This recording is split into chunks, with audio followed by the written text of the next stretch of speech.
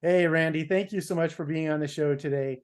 Obviously, we were just talking before we started rolling, and I would love for you to give the listeners just a quick glimpse into your background and kind of like your origin story, what got you into martial arts, and also a bit about your military background, and also, how your school came to be and kind of like what keeps you passionate about training.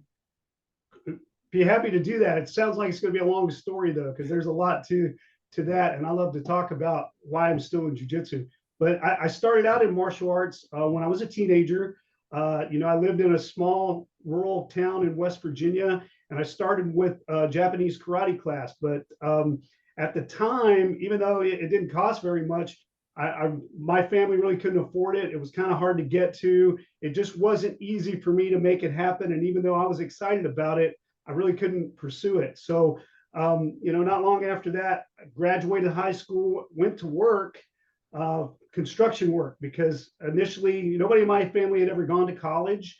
And so I didn't really feel like I was college material, like I was smart enough, never seen anybody do it. And as a consequence, work was the best option. But it didn't take me very long before I figured out that, getting up early, working long days, and, being exhausted at the end of the day was not how I wanted to spend my life. So I, kind of took a look at some things, decided that maybe the military would be an option for me. I had kind of gotten to know the local Army recruiter because, they come out, check out all the high school folks when they're seniors based on your, ASVAB score, which is the Yep. military's version of the SAT. So I've done well on that. I was a football player, fairly athletic. So he came out, touched base with me, and by the time he got to me, I'd already graduated and I had the construction job. So he really kind of said, "Hey, I don't think the Army's right for you. You're doing great. You got a job. Continue with that." But we had talked a little bit. He was an avid deer hunter, and so I kind of clued him into some deer hunting spots in West Virginia, and as a result, kept kind of mildly in touch with him. Like I said, it didn't take long working the construction job before I figured out, hey, I got to do something else. And after about a year of it, I was more than willing to get shot at rather than work construction. So I got in touch with him. He still tried to discourage me from it, but I talked him into finally, telling me a little bit about my options in the military. And he left a little brochure, booklet with me, and I kind of looked through it and all the stuff in it that appealed to me because I was into being outdoors and doing some physical stuff was directed towards airborne, um, Rangers and special forces. The airborne stuff I said no to right away because I was afraid of heights. I'm still afraid of heights. And that really was not something I was interested in doing. And then the Ranger stuff looked interesting. They're out in the woods, looked like they're having a good time. But the special forces had in the booklet had a guy coming up with scuba gear on in a swamp. And for whatever reason, that looked like it would be, something I would enjoy. So I got to talking to him about it. The first thing he told me is, well, if you want to go Ranger or Special Forces, you got to go airborne first. And I was like, man, I don't think I could do it. I'm not sure about that. So I kind of initially declined, thought about it for a minute. It kept eating at me. And then I got back with him. And at the time, they had this kind of unique opportunity to go directly off the street and into special forces. It wasn't something they normally offered. Usually, you've got to be, have a couple years of Army experience, be a sergeant already before you qualify to try out for special forces. But I got this option and went in and gave it a shot. And, by the luck of God and a lot of help from the guys who knew what they were doing there, I got through. I got through because those guys helped me out. They thought it was, humorous that I was young and naive and that I was willing to give this a try. And basically, I really didn't know that I wasn't cut out to make it. And those guys helped me through it. And as a result, I made it to Special Forces. Well, once I got there, I kind of got the idea and the realization that, man, I've got to step it up. I've got to really start to figure this stuff out. And so from there, I started trying to become an integral part of the team and get better. at being a special forces soldier. Along the way, I still had that interest in martial arts. And once my training kind of stabilized and I got in a spot that was a little more, consistent to where I was around enough. And now I had the money in order to do it. I started training in a traditional form of karate that was Shotokan based and got my first black belt in Shotokan. Once I started doing that, I had made connections and wanted to continue and get better at it, and started to bring some of it back to my teams that I was on, and share it. Well, eventually that led to me working on a project for the Special Forces to develop a training program for military combatives. And when all of that was going down, we were looking at a lot of different systems. We looked at Krav Maga, we were looking at Aikido, we're looking at a system called SCARS that the Navy had done a lot with, some other, various programs. And I had met another guy that was a Special Forces soldier that had trained, the Shotokan-based system as well. And we became good friends. And he invited me over to his house to watch the first UFC. And, I've Day told that this everything changed. Yeah, absolutely. Because I saw, Hoist Gracie get in there. And at the time I would have bet, a whole paycheck on some of those other guys that they might knock him out, that he really didn't have much of a chance. He wasn't big, he wasn't buffed, he was, very normal looking guy. But you can never look at a person and identify the heart that they're going to fight with. And you most certainly cannot anticipate the skill they might have. And I think he shocked the world with what he was able to do with Gracie Jiu Jitsu. And so from there, I started pursuing that and trying to get more knowledgeable. And at the time, it was almost non-existent, especially being stationed in Fort Campbell, Kentucky. There was no place around that we knew of at the time that offered Gracie Jiu Jitsu. Where now you can walk down the street and find versions of it almost anywhere in any town. And, back then, nobody had even heard of it. The closest we could do was find, Japanese jiu-jitsu. And the gentleman that had got me started and got me hooked by showing me that first UFC had, been a judo black belt when he first started his martial arts training. And he had some connections with guys that, trained traditional Japanese jiu-jitsu. And so we started there, started looking at it, and the whole time kept trying to find actual Gracie jiu-jitsu. And eventually we learned that Horian had set up these regional training programs for people that were bringing Gracie Jiu-Jitsu into their martial arts schools and teaching it. And we located these regional seminars that he was conducting, him and Hoist and other instructors at the time that he was bringing with him. And there was one. We were centrally located between Memphis, Tennessee and Lexington, Kentucky. And once we kind of figured it out, there was one every 6 months. They would alternate. One would be in Memphis, Tennessee. The other one would be in Lexington, Kentucky. And so we started attending those. The first one I went to was at Chad Chilcutt School. It wasn't actually at his school, but it's his school that sponsored it at a recreation center there. And he had Hoist come in, and that was my first opportunity to train real Gracie Jiu Jitsu. So, and once you get a real taste of it, it's an addiction. There's really there's no 12-step program for it. You just got to keep going. It is a super healthy addiction. And so, and when I look at your bio, you're so well versed. You have black belts in multiple styles. And it's just very impressive. And I think that what really jumps out at me is you overcame your fear of heights. You had to go through airborne to get to the place you wanted to be. And I too am afraid of heights, right? And that was something that kept me out of the military. So you overcame your fear of heights to get to where you wanted to be. And then, you've had an amazing career. And I know you well enough to know that you're not going to go into all the accolades, but let's just say you've had an amazing career on the military. And so now you're going through and you're kind of paying back into the martial arts and specifically around jiu-jitsu by being an instructor and by having an academy. Can you tell me a little bit about your academy and kind of like what got you started down that path? Absolutely. The real reason that I started the academy, was very personal, and I had developed this program for the Special Forces that centered around Gracie Jiu Jitsu while I was in 5th Special Forces Group, and we were conducting it. We were going to those seminars every 6 months, as long as our schedules would allow, bringing back the techniques. I was training my team, and then a couple other teams began to join us, and it started to grow.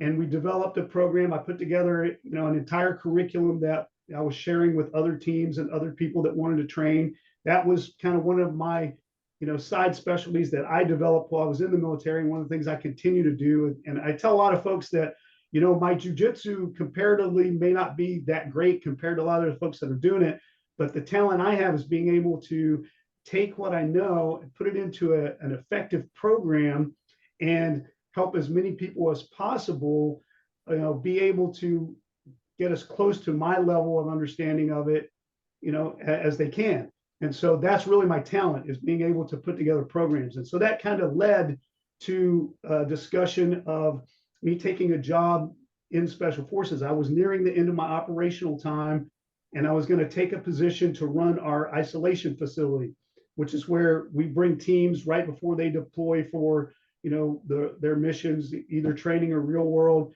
and get them prepared for whatever they're going to encounter.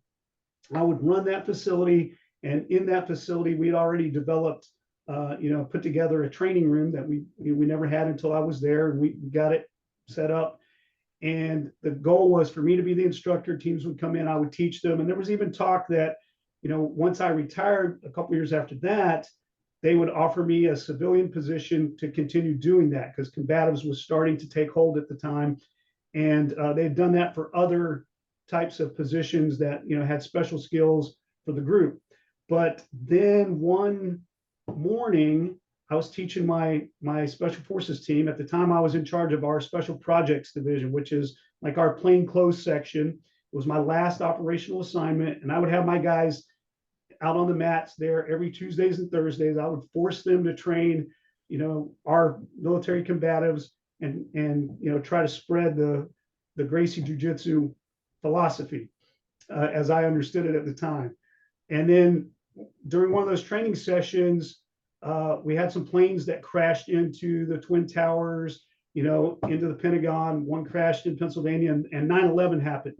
As soon as that occurred, everything changed. The entire, concept and all these, dreams, wishes, and plans went out the window. That day, we found out like right after we concluded training, the base locked down. We were stuck there, for I think 28 hours before we were able to even think about going home. Everything was being packed up, prepared. And immediately after that, we had teams from our group that were launching into Afghanistan and on various other missions to respond to this 9/11 attack. And throughout that process, after Afghanistan, I got my choice of assignment, and I came to the University of Georgia in Athens, Georgia. And because I was a big Dogs fan. They just won their second consecutive national championship. They were out there in your area playing, and so that was kind of a big opportunity for me. I chose to go there, and I was the senior NCO, or senior non-commissioned officer, at the military science department for the University of Georgia. And then I retired from there. But while I was there, with this major change of goals and direction, I'd been offered several jobs as a civilian to do what I had previously done in the military, to be a civilian contractor for work for different agencies and things like that. But it really didn't appeal to me, because I had waited, to have my son until I was close to the end of my military career. So my goal had been to retire and spend time with him. And like I said, he was very young. He was only a year old, once the 9/11 attacks happened. And so immediately I was gone a good bit, and things were very up in the air. So once I decided to retire, I really didn't want to go back to a job that was going to cause me to be away. I wanted to have a career that would allow me to be with him day in and day out and spend a lot of time and do that. I was on my second marriage, which is typical for the military, and the kids from my first marriage, it was a very difficult relationship, very strained, didn't get to spend a lot of time together. I really didn't want to see that happen again. So I chose to open a martial arts school. I thought, man, what a great way to go ahead and have that opportunity to spend with him every day. I was able to bring him to the school, and do that. But the other challenge at the time is I was still primarily a karate guy. I'd gotten my blue belt from Hoist Gracie, but I didn't really have a thorough understanding of Gracie Jiu Jitsu. I knew just enough to realize I knew nothing. And we all know how that is. That's where I still am. Yeah. You know what? I'm back there again as a black belt. So it's a continuing process. And so I started looking around while I was running the school and found a place that was 2 hours away, and kind of built my schedule so that every Wednesday I would drive 2 hours, wind up going through a big chunk of Atlanta traffic and go train. I would normally I would do a combatives class. Originally it wasn't combatives, but it was a fundamentals class, and then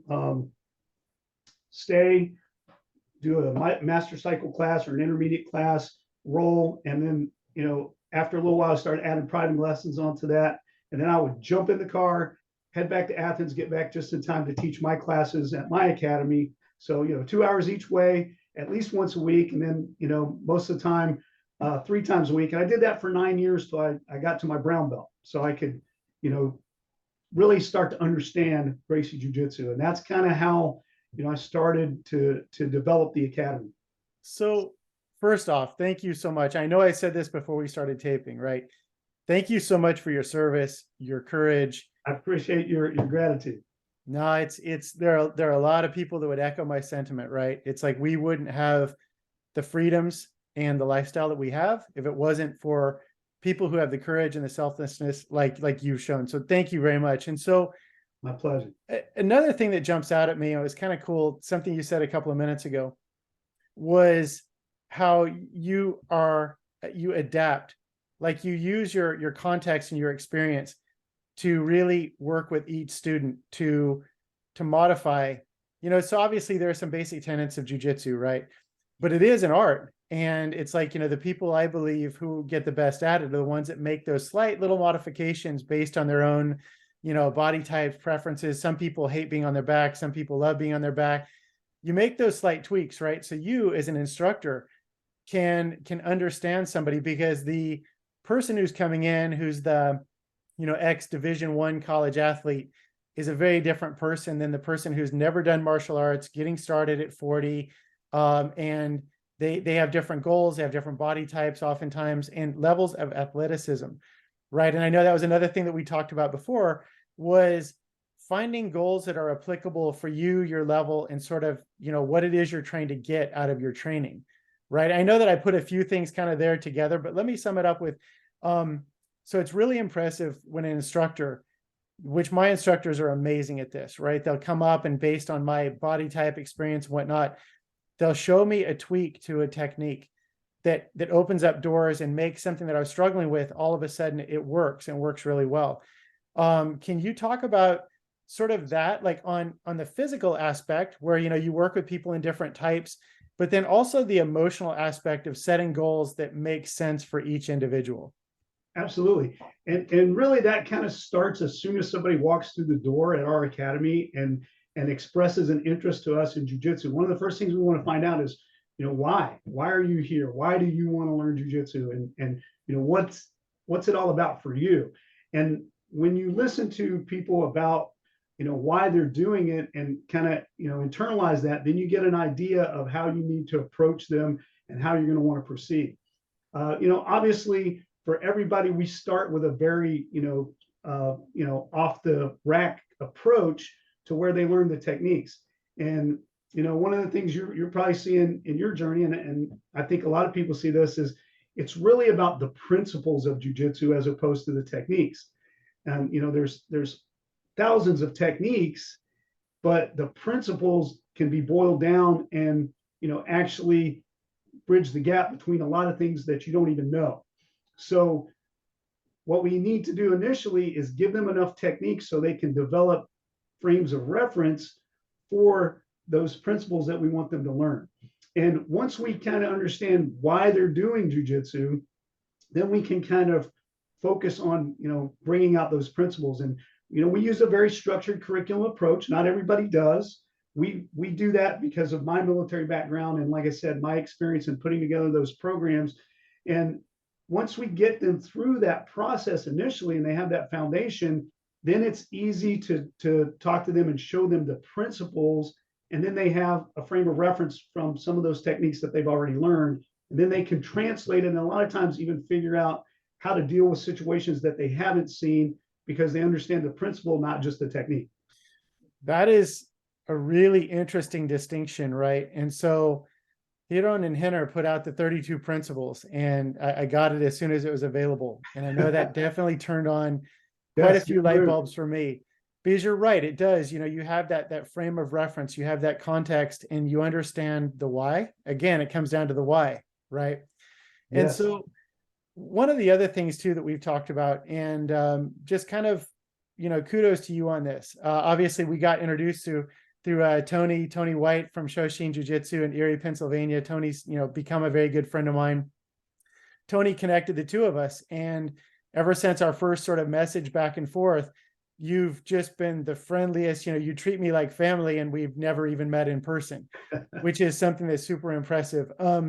One of the things that really jumps out at me, the importance of culture in a school, right? And I know it was something that we've spoken about before. How do you really set that culture in your school to make sure that, as somebody, because a really big, and I guess just going back a second, this podcast is really a passion project for me, because you can have somebody who's trained jiu-jitsu and they didn't have a great experience. Maybe they're in the wrong type of culture, wrong type of academy. They didn't have enough structure, whatever it may be. I want them to hear this podcast and say, whoa, I need to check out what this would be like if I had the right culture, right structure, right, et cetera. Because I think jiu-jitsu is for everybody. On the other side of the coin, you have somebody who says, well, I'm 40, I can't train. It's like, I'm too old, everybody's 20. No, that's definitely not the truth either. If you go into an academy that has the right culture, something that's welcoming, something that's tailored to your specific circumstances, as you were just talking about. So just with that as sort of a basis, like when you think about somebody walking through the door, and you've obviously got the off the rack that you're going to teach them, then how do you set the culture to make it where it's welcoming and hard enough to still be valuable, right? I guess that's probably the question. How do you set that thermostat? Well, one of the things that's beautiful about jiu-jitsu, and the great lesson in it, as in life, is that small details make a huge difference in any endeavor for success. And the culture is everything. And, I've had experiences on both sides. The military doesn't always have the most welcoming culture for some of the training events that they conduct. They try to prepare you for, when things aren't great. And as a result, you see the other side of it, and you see that, training can be miserable, or training can be fun, and it can be, a bettering experience for you. The hard training has hidden lessons in it, like those principles, and those, are brought out wonderfully by jiu-jitsu. But if you can't stick around long enough to get through those and trust the people that are trying to teach you those hard lessons, then you'll never get them. So, it's important that you first, have fun with it and begin to trust the people that are teaching you. I learned a lot while I was in the military. I got a special assignment, toward the second half of my career as a special forces soldier. I was sent to the Ranger Battalion, and I was sent there right after the Black Hawk Down incident to be a special consultant and work in their medical section to help them be better prepared, because they were making some adjustments in the grand training program for all special operations. Well, when I did that, I grew up as a soldier in special forces. We're pretty laid back overall. In fact, a lot of people, see it and experience, and they're like, man, those guys are unprofessional, because the guys, like to stay relaxed, have a good time. They don't get too wound up in anything until it's time to be, extremely serious. On the other side of the coin, the Rangers are extremely serious, probably all the time.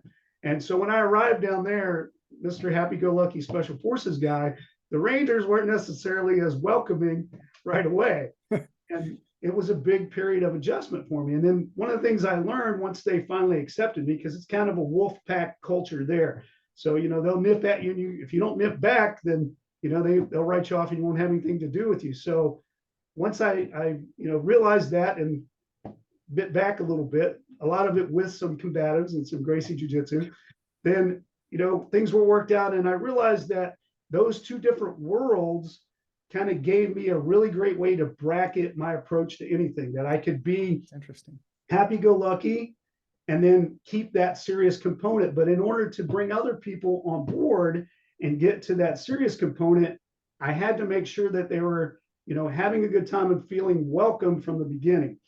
And I got a lot of it initially from Horian and Hoyce. When I first started training with them, I was still in that special forces mindset of, being fairly serious, joking around and having that special forces culture. But, I was still very serious about my combatives training. And once I met them and realized, man, these guys are super nice. And I was like, you know what? I really would want to be more like that. I want to be nice. There's no reason not to be nice. And so I started, picking that up from them and started to translate it into the school. And now it's one of the things we teach our folks first and foremost by example whenever they come in. And then we actually have our own internal instructor training programs here at the Academy. We've had them for years, and even have, put together and worked on the instructor development program for the Pedro Sauer Association. But a big key of that is teaching people some basic skills on how to be nice. And one of the principles I brought from Special Forces, because we do work with a lot of foreign, soldiers, a lot of foreign organizations, and part of our mission is to go deep behind enemy lines for a long duration, partner with a indigenous force, and kind of win them over so that they will allow us to train them and lead them on combat missions to work against the enemy. And, that's exactly what happened in Afghanistan with, guys from Special Forces linking up with members of the Northern Alliance and fighting the Taliban. So these techniques and skills of learning to build rapport were kind of an inherent part of what I've been doing for years. And so I just had to kind of, see them a little differently and apply them to, working with civilians and getting them to love jujitsu the way I did. And it's pretty easy, with jujitsu, because it's so much fun, and there's no reason to ruin the fun by, not having a good attitude towards it. I like to joke that, about the military is that they'll take any activity that you love and turn it into pure misery. There's, aerobics, jogging, scuba diving, skydiving, camping. They take all those things and take the fun right out of it. So we try not to do that. And we start by, being very basic and friendly when we see people for the first time, making, we use what we call the 3 times rule. Three types of contact, at least 3 times when a person comes in. We make direct eye contact. We have direct verbal contact, usually as soon as possible by learning their name and using it. And then, we use direct physical contact, which is appropriate physical contact. Because with jujitsu, you got to immediately, as an instructor, start to, move a person's hand, move their foot, position them correctly. So you got to get them comfortable with that type of close physical interaction. That's super interesting. And also, I'm still laughing about your initial observation when you were back in high school and you saw the Rangers, like just some guys hanging out in the forest camping and having fun. That's definitely funny. No, Man, so I was wrong about that. Definitely. Yeah. My cousin was a Ranger, and now he lives over in Germany. He married a German girl. They have a deli, and he's since retired. I think he also works for Lufthansa as a translator. He speaks multiple languages fluently. And he told me some pretty wild stories about training and sort of pushing through fear. But pushing through fear, I mean, it's one of those things that I talk about in my daily life with people, is that if you stay static and if you never push your comfort zone, you can always be safe, but you're kind of like slowly but surely like backsliding and dying, right? There has to be some of that pursuit where you do something that you maybe think that you can't necessarily do, but you're in the place where you can fail enough times and sort of be the beginner and take in the instruction to get better at it, and to have the perseverance to continue to iterate until you get it right. So when you think about sort of, because you've been in jiu-jitsu since the very early days, right? And so obviously you've seen a massive explosion in the popularity of jiu-jitsu, which I believe is an amazingly good thing, right? As long as the culture is good, I think jiu-jitsu is great for everybody. And with that explosion, obviously there's just a lot of change. So when you think back to your first experiences with jiu-jitsu, Brazilian Gracie Jiu Jitsu, and what it is now, how does that look to you, and like how does it feel? Well, it's especially interesting because, like I said, when I first started, I was doing it from a military standpoint to gain the training and add it into our arsenal, for the special forces teams. And eventually we got the fifth group to bring Jorge and Gracie in to do training with us, and I was lucky enough when that happened to be his sponsor while he was with us and kind of take him around in the evenings. I took him to some of our training events, got him out there, let him shoot some weapons and see what we were doing, and experience that. But I also got to spend quite a few evenings with him, having dinner, talking to him. And while I was driving him around, I got a lot of insight into his incredible mind. And for those who discredit him, they don't know. He just had a birthday, but he's a genius, and he was a genius back then because he saw all of this. He had a plan back then and clearly articulated it to me and everybody he ran into, how he was going to make jiu-jitsu world famous, and he did it. And the thing about it, now that we see it, is that you have to realize, and one of the things I see more than anything is now there's actually two branches of jiu-jitsu. There's Brazilian Jiu-Jitsu, which is the competitive sport variation that everybody's adapted and applied rules to, and have really, a lot of people have grown to that, and people love competition and love games, and they've been really drawn to that. And then there's the original authentic Gracie Jiu-Jitsu that's focused on self-defense. And I frequently see that these two systems exist, and the common person just starting out doesn't realize there's a difference between the two. And with that, it's important to, when people first come in, to identify what are they here for. Because if they're here for the competition, we tell them, hey, look, we can help you with that. We can give you the techniques, we can develop skills for you, but it's not really what we do. We are focused on self-defense.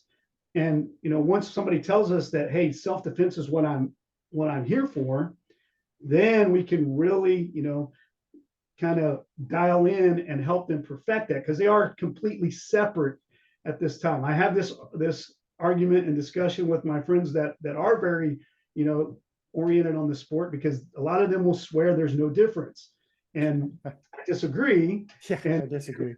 One of the ways I explain that to them is, well, what if I laid a 6-inch wide board on the ground here and got you to walk back and forth on it? Do you think you could do that? Of course they could. You do it a few times.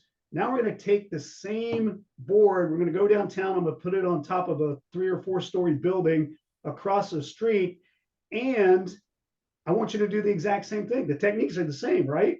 Yes, but the risk and the odds and what could happen are extremely different. So, that's really the major, change in jiu-jitsu. And I remind people that it's evolved because the competition is directed and managed by weight classes, whereas self-defense, you never know what weight class you're going to be in. You know, Yes.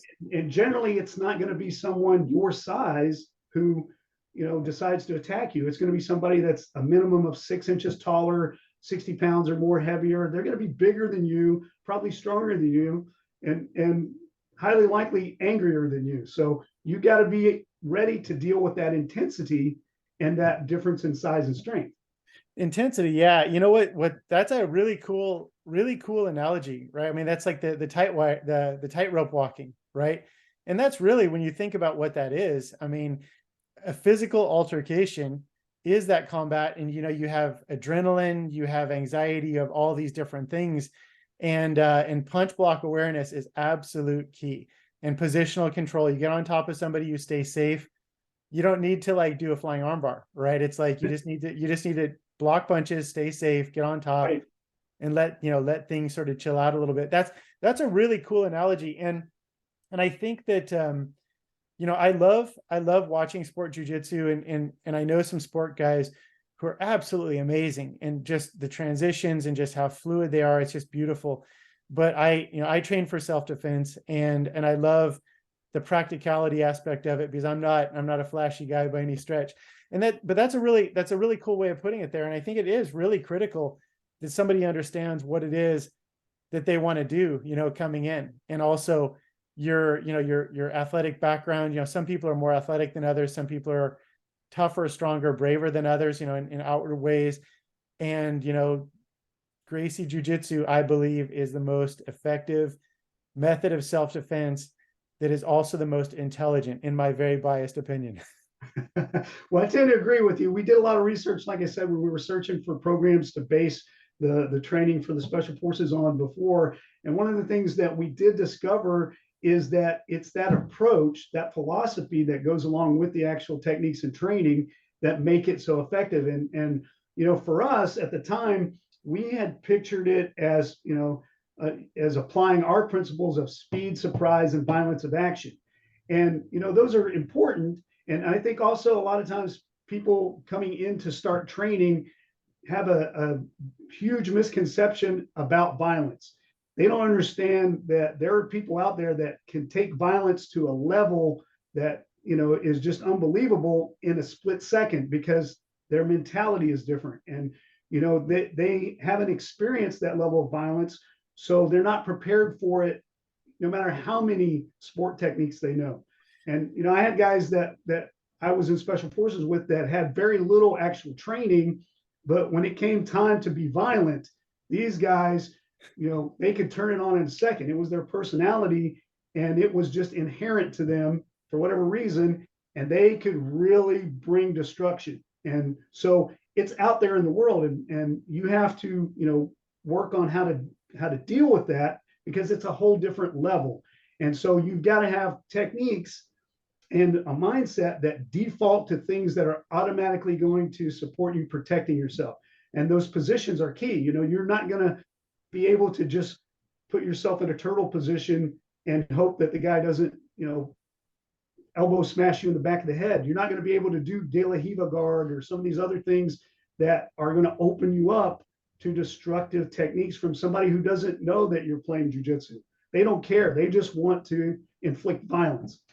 Yeah, you know, and you just said two like really important things that just jumped out at me. So growing up playing hockey, I know there's one guy that just comes to mind, where he would go from calm to explosive in a heartbeat. Yes. And there was very little slowing down in this person, right? There was like a level of adrenaline where also he didn't feel certain things. If pain was inflicted on him when he was in that mode, simply didn't feel it. So, you know, and there has to be that reaction. You know, it's like the thing that comes to mind first for me really is manage the distance and you manage the damage, right? And I think that's a beautiful like principle. It's a beautiful principle just like for life in general. But obviously when you're thinking about, you know, physically protecting yourself, if you can get really close to somebody and sort of take away their range of motion, it also inhibits their leverage, right? And it's like, if you can get really close and stay glued to them, hopefully it's going to tire them out. You know, hopefully it's going to like, you know, you're going to keep that closeness to like keep yourself safe. But it has to be automatic, right? Because if I'm taking, you know, 3 or 4 or 5 seconds to think of, okay, what do I do in this situation? it's already too late, right? It's already over. I'm laying on the ground trying to figure out what just happened to me, if I'm lucky, right? Right. And so I think that that's like really critical. And so I know that jujitsu and self-defense can be intimidating for some people. And I've had a lot of these conversations over the years, because my background was, also as a teenager, I started training karate, and it was fantastic. It's like I still am friends with a lot of the people I went through and got my first black belt with. I'm still friends with them to this day. But there was definitely more of it was a very safe environment, and you didn't encounter somebody who was explosively angry, right? And so, you have that real conversation with somebody, and, I see two camps, right? Normally, one camp is, oh yeah, it's no problem. Like, I got this. It's no problem, right? But they don't really understand how deep the ocean can be.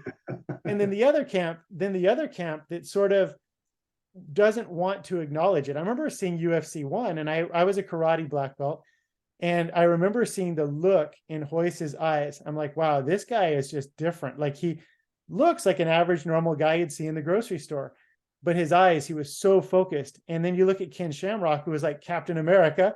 I thought, man, I felt bad for Hoyce. I'm like, man, this poor guy is going to get pounded. This dude is just going to do a number. But it was that thing of applying all of those principles. Not only did he keep himself safe, he also, he won, obviously, and rewrote history. But I remember seeing that as a karate black belt, and I thought, yeah, but I'm sure I could hit him before he'd take me down. Oh, they have to take me down. Oh, they can't take me down. Then you watch Gracie challenge matches, takedown after takedown after takedown, very predictable responses.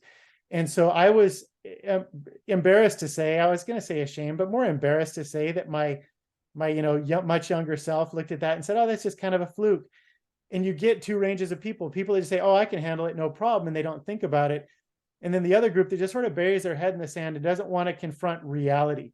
Because you're right, a lot of people don't understand what real confrontations look like. They see it in movies where the hero just goes and clips somebody on the jaw, and then they go and they leave with the leading whatever.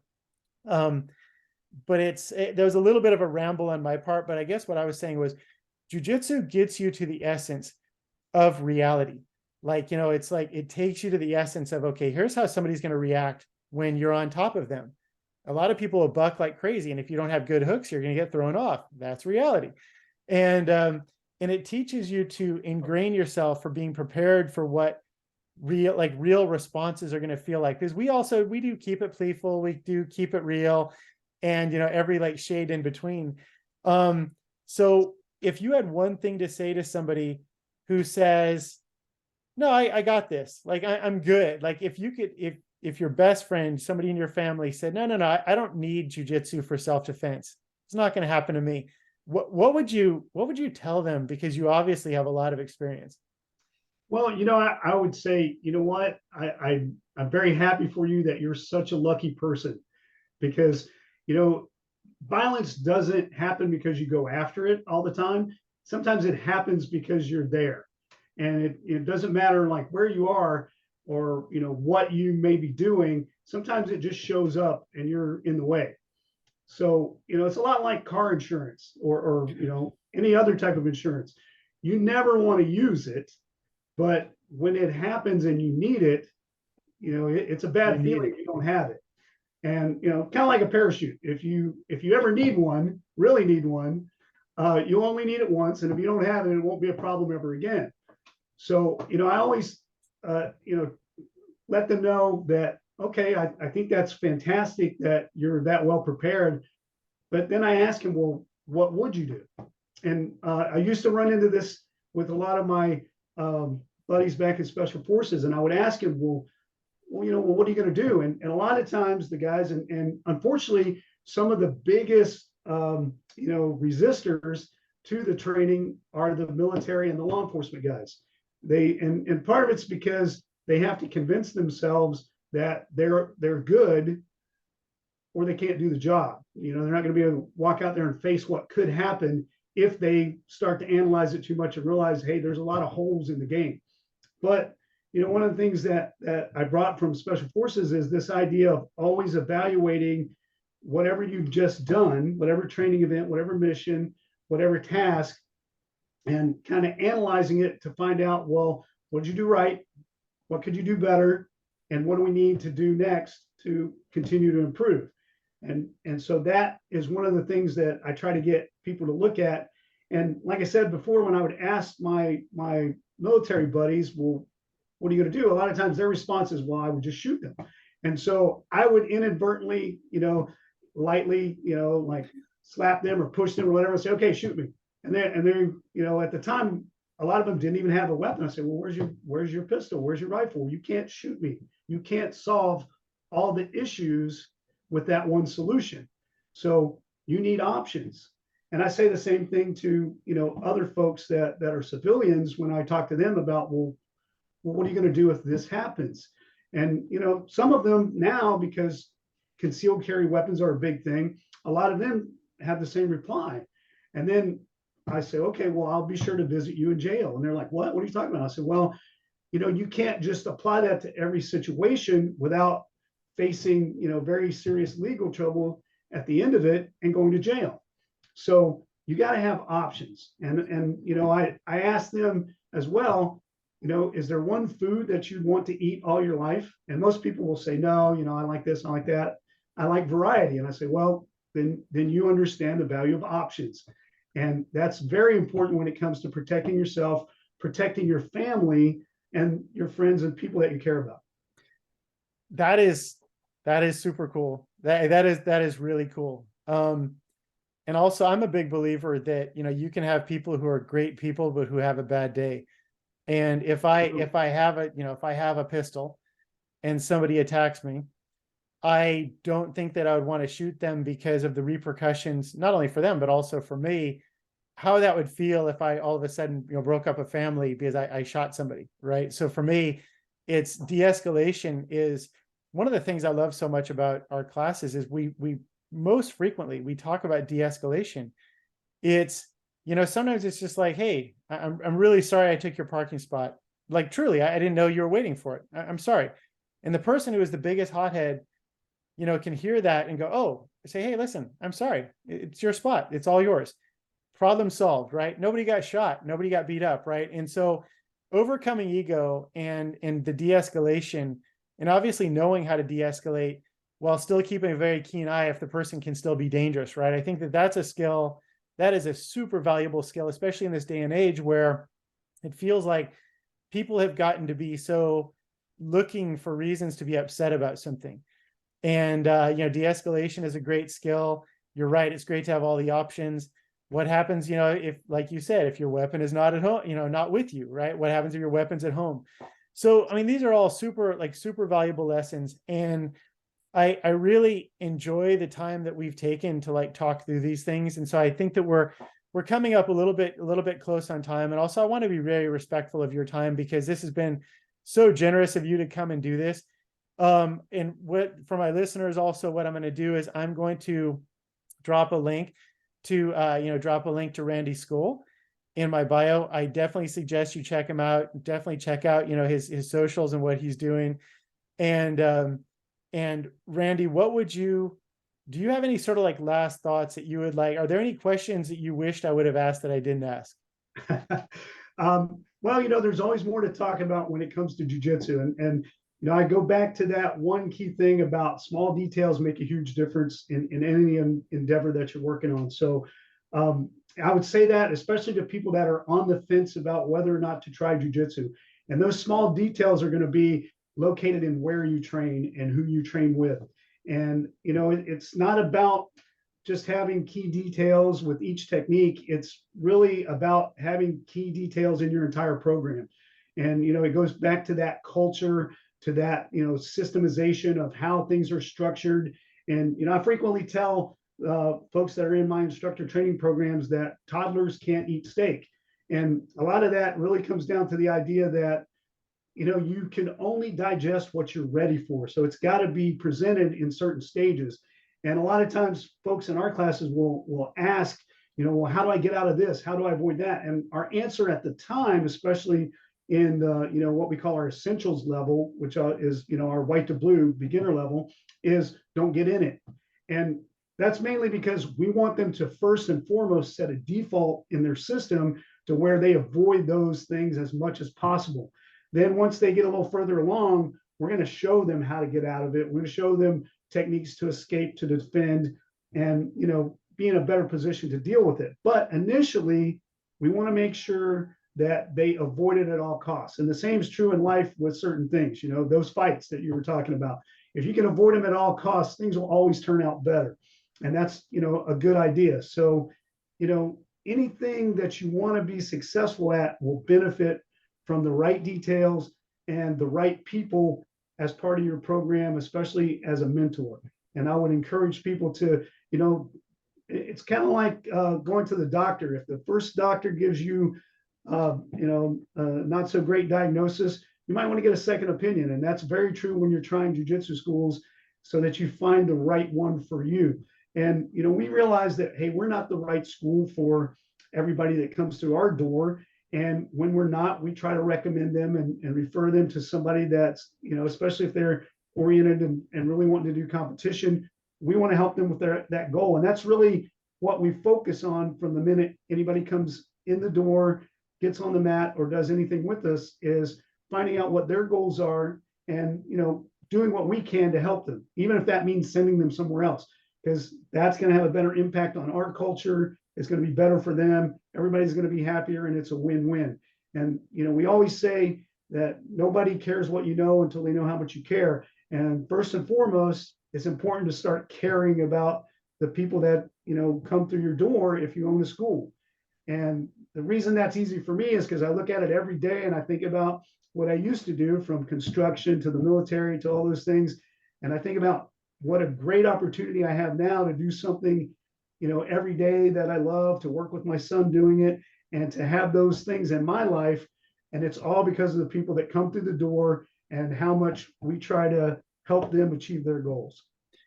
That is super cool. And that is great advice, right? I think that, you know, if somebody's listening and they're on the fence about training, or again, you know, maybe they've trained and they didn't have a great experience, definitely go check out some free trial programs, right? Go visit multiple schools and see where the fit is, right? I think that's great advice, because culture is everything. And, you know, you loving what you do as an instructor, you're not going to feed steak to the baby, right? Right. Well, you know, Randy, this has been an absolute pleasure in talking with you. And I'm probably going to pester you to come back on the show again, because I feel like we could talk for 10 hours straight. But definitely thank you. Thank you so much for coming on. And like I said, I will be following up for everybody, you know, with links to your school. And also, hopefully we could keep the door open for having you come back on again sometime soon. Absolutely. I would love to. Any chance I get to talk about jiu-jitsu with somebody that, you know, obviously loves it as well, is a great time, great way to spend my moments. And so I'll jump at the chance. Well, I am grateful for that. I'm grateful for you. And until next time, thank you very much. Thank you, sir.